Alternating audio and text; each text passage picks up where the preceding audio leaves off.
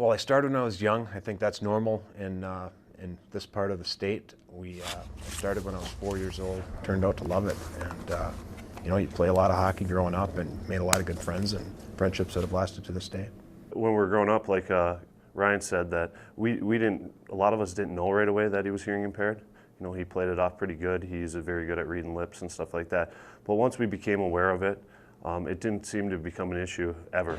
Ryan Krajewski loves hockey so much he even officiates. Unhappy fans, players, and coaches don't bother him. He usually can't hear them.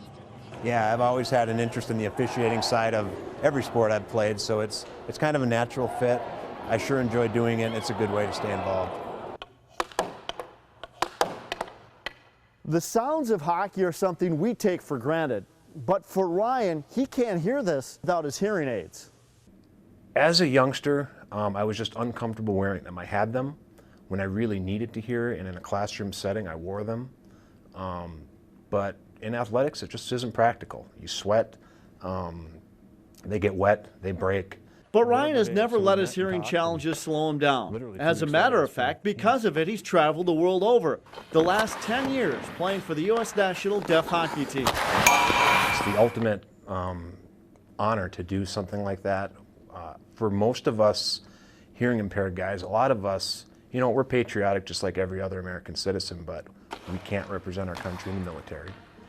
Most of us can't, be a part of a police force or firefighting force, anything of that nature, where traditionally, we all had dreams of doing a lot of those things, but because of our hearing, we're ruled out from those professions and those kind of things. So this is just one way where we can put on the red, white, and blue and say, yeah, we're part of that too. Been friends with Ryan for a long time, and Ben Johnson as well, a couple of my good buddies, and they've been doing this for years, and it's just an honor to see guys from our area, playing for our country and represent well.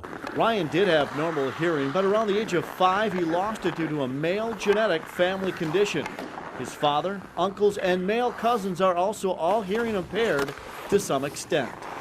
The challenge is that I always had to have my head on a swivel. The coach could be yelling things from the bench and I'd be oblivious to it. For some coaches that made them angry. It was difficult to play for them. And for other coaches, they took a liking to me, they understood.